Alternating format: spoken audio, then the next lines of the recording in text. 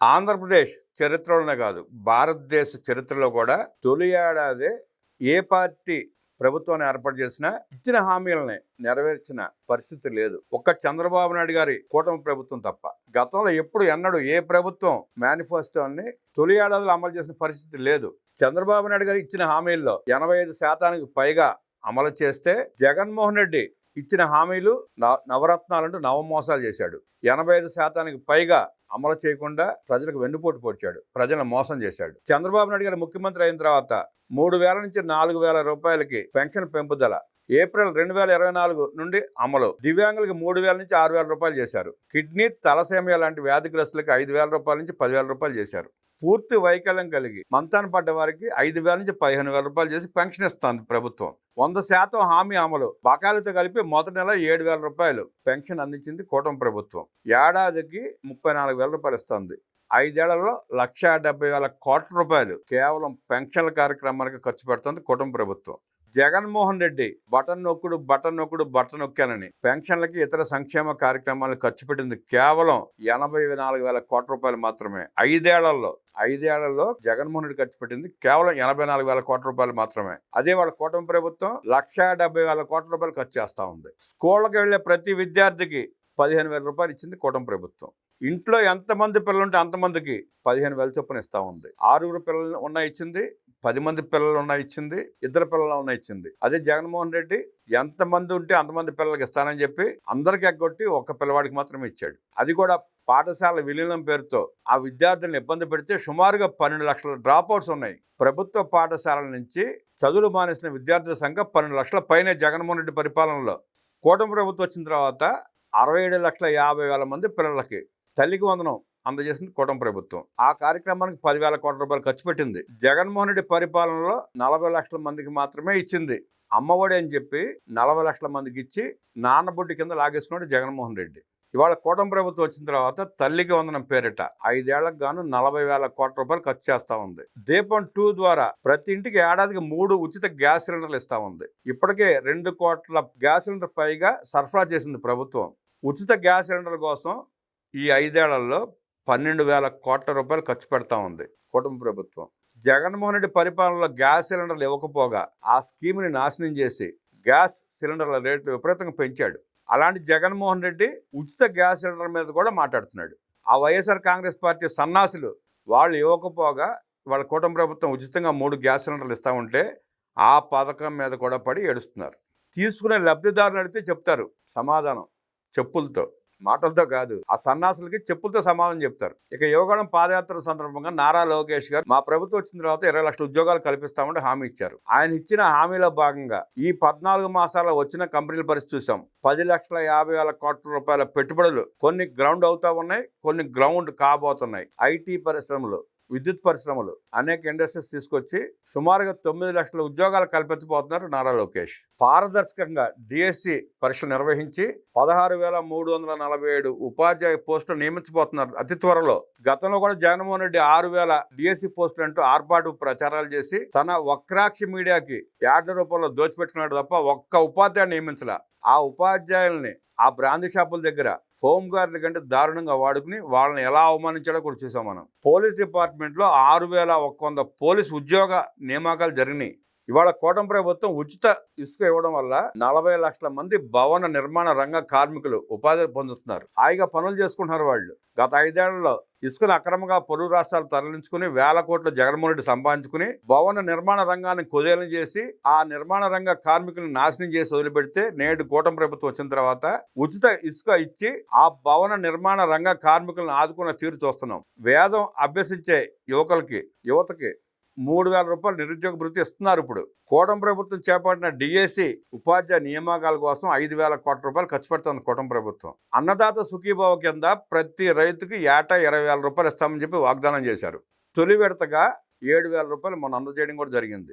కేంద్ర ప్రభుత్వం 2,000, రాష్ట్ర ప్రభుత్వం 5,000 కలిపి 42 లక్షల మంది రైతులకు పైగా 7,000 రూపాయలు ఒకే రోజు జమ చేయడం జరిగింది. 3 విడతలు ఇవ్వబోతున్నారు దాన్ని. ఇక జగన్మోహన్ రెడ్డి పరిపాలనలో చూస్తే కేవలం ఇచ్చింది 13,500. అది కేంద్రం ఇచ్చిన 6,000తో కలిపి. అది కూడా 5 సంవత్సరాల్లో 2 సార్లు 3 సార్లు మాత్రం ఇచ్చాడు. మిగతా 2-3 సార్లు ఎగ్గొట్టాడు జగన్మోహన్ రెడ్డి. ఆ రైతులకు వెన్నుపోటు పొడిచాడు, వాళ్ళకి నమ్మక ద్రోహం చేశాడు. వాళ్ళని రోడ్లు పాలు చేశాడు. వాళ్ళు పండించిన పంటను కొనలేకపోయాడు. కొనడానికి కూడా సకాలంలో డబ్బులు చెల్లించలేకపోయాడు జగన్మోహన్ రెడ్డి. ఈ కూటమి ప్రభుత్వం 13,000 కోట్ల రూపాయలు ఇస్తుంది అన్నదాతకి. రైతులకి 13,000 కోట్ల రూపాయలు పైగా ఇస్తా ఉంది. ఇక సూపర్ 6లో ప్రధానమైన హామీ ఉచిత బస్ ప్రయాణం, మహిళలకి ఉచిత బస్ ప్రయాణం, స్త్రీ శక్తి పథకం. ఇప్పటికే ఈ పథకం మొదలుపెట్టి సుమారుగా 4 రోజులు 15 రోజులు అయింది. 2 కోట్ల మందికి పైగా మహిళలు ఉచితంగా బస్ ప్రయాణాలు చేశారు. మహిళల ఉచిత బస్సు ప్రయాణానికి సుమారుగా 8,000 కోట్ల రూపాయలు ఖర్చు చేయబోతా ఉంది. 8,000 కోట్ల రూపాయలు అంటే 8,000 కోట్ల రూపాయలు ఆ మహిళలకు లబ్ధి చేకూరినట్టే. జగన్మోహన్ రెడ్డికి ఇలాంటి ఆలోచన కూడా రాలే. ఇప్పుడు ఆడబిడ్డ నిధి ఇస్తామన్నారు. 19 సంవత్సరాల నుండి 59 సంవత్సరాల లోపు ఉన్న ఆడబిడ్డలకి ఆడబిడ్డ నిధి ఇస్తామన్నారు. అదొక హామీ పాక్షికంగా నెరవేరింది. ఇంకా చేయాల్సి ఉంది. నెలకు 1,500 రూపాయలు ఇస్తామని చెప్పి ఆనాడు ముఖ్యమంత్రి గారు హామీ ఇచ్చారు. P4 ద్వారా ఇప్పటికే 13,82,50,000 బంగారు కుటుంబాలని ఆదుకుంది. మార్గదర్శకుల ద్వారా సుమారుగా 2 లక్షల మంది మార్గదర్శకుల ద్వారా ఆ బంగారు కుటుంబాలను ఆదుకుంది చంద్రబాబు నాయుడు ఇచ్చిన హామీ. రాష్ట్రంలో ఉన్న మహిళలకి కూటమి ప్రభుత్వం వచ్చినాక 1,00,000కు పైగా కుట్టు మిషన్లు అందజేసింది. అంగన్వాడీలకి 1,50,000, హెల్పర్లకి 40,000 గ్రాట్యుటీ మంజూరు చేసింది ప్రభుత్వం. డ్వాక్రా మహిళలకి 0 వడ్డీ పరిమితితో 10 లక్షల రూపాయలకు పైగా రుణాన్ని పెంచడం అయింది. 204 అన్నా క్యాంటీన్లు తిరిగి ప్రారంభించి పేదల పొట్ట నింపుతుంది కూటమి ప్రభుత్వం. జగన్మోహన్ రెడ్డి ప్రభుత్వాన్ని ఏర్పాటు చేయగానే అప్పటిదాకా నడిచిన అన్నా క్యాంటీన్ని మూసేశాడు. దుర్మార్గంగా పేదల కడుపు నింపే అన్నా క్యాంటీన్ కూడా మూసేశాడు. పోనీ ఆ క్యాంటీన్లకు పేరు మార్చి తన తండ్రి పేరు పెట్టన్నా ఆ పేదల కడుపు నింపలేకపోయాడు. పేదలకు అన్నం పెట్టడా కూడా మనసు రాలేదు జగన్మోహన్ రెడ్డికి. పార్కులకి మార్చుకున్నాడు వైఎస్ఆర్ అని, కాలేజీలకు వైఎస్ఆర్ పేరు పెట్టుకున్నాడు పేర్లు మార్చి. కానీ అన్నా క్యాంటీన్ స్థానంలో వైఎస్ఆర్ క్యాంటీన్ చెప్పి క్యాంటీన్ తెరిచి ఆ పేదలకు అన్నం పెట్టలేకపోయాడు దుర్మార్గుడు. 21 ప్రధాన ఆలయాల్లో నిత్యాన్నదానం, ఇంటర్ విద్యార్థులకు మధ్యాహ్న భోజన పథకం తిరిగి ప్రారంభించింది కూటమి ప్రభుత్వం. ఇంటర్ విద్యార్థులకు మధ్యాహ్న భోజన పథకాన్ని ఎత్తేసాడు. 10వ తరగతి లోపు పెట్టే అరాకొర మాత్రమే, ఒకరోజు పెట్టి ఒకరోజు పెట్టక ఎలాంటి నాటకాలు ఆడాడో చూసాం. టీటీడీలో నిత్యాన్నదాన పథకాన్ని ప్రారంభించింది ఎన్టీఆర్ గారు. ఆనాటి నుండి నేటి దాకా నిత్యాన్నదాన పథకం నడుస్తూనే ఉంది. తెలుగుదేశం పార్టీ ఎప్పుడు అధికారంలోకి వచ్చినా పేదలకు పట్టెడు అన్నం పెట్టాలన్న సదుద్దేశంతో ఆ కార్యక్రమాన్ని ఎప్పుడు ప్రభుత్వాన్ని ఏర్పాటు చేసినా దిగ్విజయంగా చేస్తూ ఉంది. తెలుగుదేశం పార్టీ పేదవాడి కోసం ఆలోచించి పేదవాడికి ఏం చేస్తే వారికి మేలు జరుగుతుందని ఆలోచించి నిత్యాన్నదాన పథకాల ద్వారా అన్నా క్యాంటీన్ల ద్వారా పేదల కడుపు నింపుతా ఉంటే 3 పూట్ల పూటకు 5 రూపాయలు మాత్రమే టిఫిన్, మధ్యాహ్న భోజనం, రాత్రి భోజనం పెడతా ఉంటే జగన్మోహన్ రెడ్డి వచ్చిన తర్వాత ఆ పథకాన్ని రద్దు చేశాడు. మళ్ళీ ఇప్పుడు కూటమి ప్రభుత్వం వచ్చినాక 204 అన్నా క్యాంటీన్లు తెరిచి ఆ పేదల కడుపులు నింపుతూ వారికి అండగా నిలబడిన పరిస్థితి వస్తున్నాం.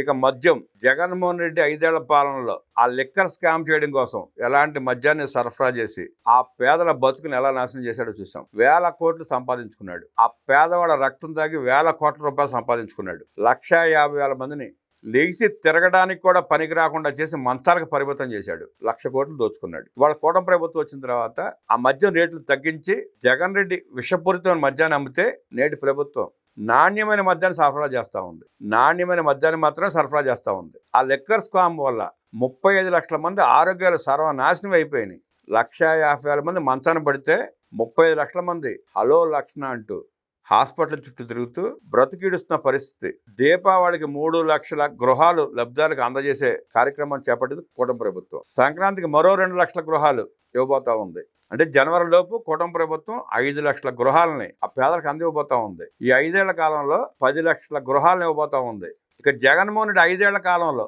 2 లక్షలు మాత్రమే అరాకొరగా పూర్తి చేసి తూతూ మంత్రంగా కొబ్బరికాయలు కొట్టించాడు వాళ్ళ చేత. అవి ఇప్పటికీ నివాసం ఉండడానికి పనికిరాట్లా. అంతటి దుర్మార్గం పాలన చేశాడు ఆయన. ఫీజు రియంబర్స్మెంట్, ఆరోగ్యశ్రీ, ఉద్యోగులు, కాంట్రాక్టర్ల బిల్లులు, ధాన్యం బకాయిలు, నీరు చెట్టు పథకం బిల్లులు బకాయిలు, ఉపాధి హామీ వేతనాలు లాంటి బకాయిలు 40,000 కోట్ల రూపాయలు ఎగ్గొట్టి పారిపోయాడు. ఆ బిల్లులు చెల్లించకుండా ఎగ్గొట్టి ఓడిపోగానే ఎక్కడ ప్యాలెస్ చుట్టుముడతారన్న భయంతో యలహంక పారిపోయాడు ఆయన. ఇప్పటికే కూటమి ప్రభుత్వం వచ్చిన తర్వాత చంద్రబాబు నాయుడు గారు ముఖ్యమంత్రిగా బాధ్యతలు స్వీకరించిన తర్వాత 40,000 కోట్ల రూపాయలు చెల్లించింది ఆ బకాయిల తాలూకా. సుమారుగా 68 లక్షల మెట్రిక్ టన్నుల ధాన్యాన్ని సేకరించి 18,000 కోట్ల రూపాయలకు పైగా 24 గంటలు ఆ రైతుల ఖాతాలో జమ చేసింది ప్రభుత్వం. ఇక జగన్మోహన్ రెడ్డి పరిపాలనలో 3 నెలల్లో, 6 నెలల్లో, 9 నెలల్లో కోతలు, కటింగ్లు, కమిషన్లతో ఇచ్చేవాళ్ళు డబ్బులు. ఆ రైతుల నోట్లో మట్టి కొట్టాడు. నిర్ణయించిన ధరలో కమిషన్లు తీసుకుని కటింగ్ల పేరిట మోసం చేసి రైతులు కుదేలు చేశాడు. వాళ్ళ కూటమి ప్రభుత్వం ధాన్యం కొన్న 24 గంటలలోపు వాళ్ళ బ్యాంక్ అకౌంట్లో డబ్బులు వేస్తూ ఉంది. 5 ఏళ్ల పరిపాలనలో రోడ్లు మొత్తం సర్వనాశనం చేస్తే 20,000 కిలోమీటర్ల రోడ్లు మరమ్మతులు చేసింది నేడు కూటమి ప్రభుత్వం. బీటీ రోడ్లు 7,000 కిలోమీటర్ల రోడ్లు, కొత్త రోడ్లు వేసింది. వేల కోట్ల రూపాయలతో జాతీయ రహదారి నిర్మాణాలు ఎన్డీఏ ప్రభుత్వం చేస్తా ఉంది. హంద్రీనివా కోసం 3,870 కోట్ల రూపాయలు ఖర్చు పెట్టింది. ఖర్చు పెట్టి కాలువ వెడల్పు పనులు పూర్తి చేసి కుప్పం చివరి ఆయకట్టు వరకు నీరు తీసుకెళ్తా ఉంది. ఇక అమరావతిని నాశనం చేస్తే అమరావతిని పునఃప్రారంభించి ఇవాళ అమరావతి అయితే 20,000 మంది కార్మికులు, భవన నిర్మాణ రంగ కార్మికులు పనిచేస్తా ఉన్నారు. అక్కడ సుమారుగా 3,000 యంత్రాలు నిరంతరాయంగా 24 గంటలు పనిచేస్తున్నాయి. ఇక అమరావతి పూర్తయిపోతే 175 నియోజకవర్గాలు ఉన్న యువతకి ఉద్యోగ ఉపాధి అవకాశాలు కల్పించబోతోంది కూటమి ప్రభుత్వం. అమరావతిని త్వరితగతిన పూర్తి చేసి రాజధాని నిర్మించుకుని 175 నియోజకవర్గాల్లో ఉన్న యువతకి ఉద్యోగాలు కల్పించబోతా ఉంది.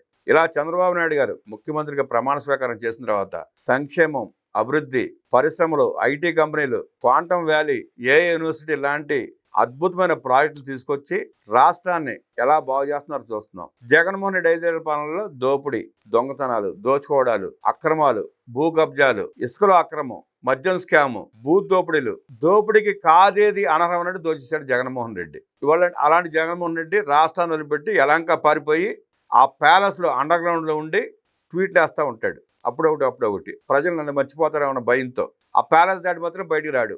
జగన్మోహన్ రెడ్డి పరిపాలన చేసిన 5 ఏళ్లలో జగన్మోహన్ రెడ్డి చుట్టూ ఉన్న మంది ఎలా ఇవాళ జైల్లో మగ్గుతున్నారో చూసాం. ఎన్ని వేల కోట్ల రూపాయలు దోచేసుకుని సాక్ష్యాధారాలతో సిట్ సమర్పించిన తర్వాత సుప్రీంకోర్టు వరకు వీళ్ళు దేకిన బెయిల్ రావట్లేదంటే ఎంత బలమైన సాక్ష్యాలు ఉన్నాయో అర్థం చేసుకోవాలి ప్రజలు. ఆఖరికి ఒక ఎంపీకి పార్లమెంట్ సెషన్స్ లో కూడా హాజరవడానికి అవకాశం కల్పించలేకపోయిందంటే ఆ ఎంపీ మీద ఎంత బలమైన ఆధారాలు ఉన్నాయో అర్థం చేసుకోవాలి. అంబటి రాంబాబు లాంటి జోకర్లు ఆఖరికి ఎలా దోచుకుని ఆ దోపిడీ ఎలా బయటపడుతుందో కూడా చూస్తున్నాం. విజిలెన్స్ ఇన్వెస్టిగేషన్ చేసి అంబటి రాంబాబు చేసిన అరాచకాలు, దోపిడీ విధానం, 10 లక్షలకు కొని 30 లక్షలు 40 లక్షల రూపాయలు ప్రభుత్వానికి అమ్మి ఎలా ప్రజల డబ్బులు లూటీ చేశాడో చూసాం. మళ్ళీ ఆ పొలాలు మెరక చేయడానికి మట్టి తీసుకొచ్చి పోసి ఎన్ని 100 కోట్లు లూటీ చేశాడో కూడా బయటపడింది. సీఎంఆర్ ఫండ్ ఇప్పించి కూడా కమిషన్ తీసుకుని ఎలా ఆ ప్రజల చేతులు తిన్నా కూడా చూసాం. ఇవాళ ఆ అంబటి రాంబాబు లాంటి వాడు కూడా మాట్లాడుతున్నాడు. ప్రజల సొమ్ము లూటీ చేసి ప్రజల సొమ్ము దోచుకుని సిగ్గు లేకుండా వాడు మైక్ ముందుకు వచ్చి అరెస్ట్ చేసుకోండి అంటున్నాడు. అరెస్ట్ చేయక ఏం చేస్తారు రాంబాబు? నిన్ను నీలాంటి వాళ్ళని, నీకు వంత పాడే సన్నాసుల్ని అరెస్ట్ చేయక ముద్దు పెట్టుకుంటారేంటి? నిన్ను అరెస్ట్ చేస్తారు, మీ జగన్మోహన్ రెడ్డిని అరెస్ట్ చేస్తారు, మీ సజ్జల రామకృష్ణారెడ్డిని అరెస్ట్ చేస్తారు, మీ రోజారెడ్డిని అరెస్ట్ చేస్తారు, మీ విడుదల రజనీని కూడా అరెస్ట్ చేస్తారు. మీ బ్రతుకులు జైళ్లలో మగ్గాల్సిందే. సమాజంలో మీరు ఉండడానికి కూడా అర్హులు కాదు మీరు. అది గుర్తుంచుకుని మాట్లాడు. నారా లోకేష్ రెడ్ బుక్ అమలు చేస్తే నువ్వు 14 నెలలు బయట ఉండేవాడు కాదు. 14 రోజునే నిన్ను బొక్కలో వేసేవాళ్ళు. అది గుర్తిరిగి మాట్లాడు. నారా లోకేష్ పేరెత్తే స్థాయి కూడా కాదు నీది. మతి భ్రమించి కాళ్ళలో వణుకు మొదలయ్యి నోటికొచ్చినట్టు పేలుతున్నావు. ఆ నోటి దోల ఒంటికి మంచిది కాదు. అది గుర్తిరిగి మాట్లాడు. హద్దులు దాటి మాట్లాడితే హద్దులు చెరిపేసి మరి నీ సంగతి చూస్తారు. అది ఒకటి గుర్తుంచుకో.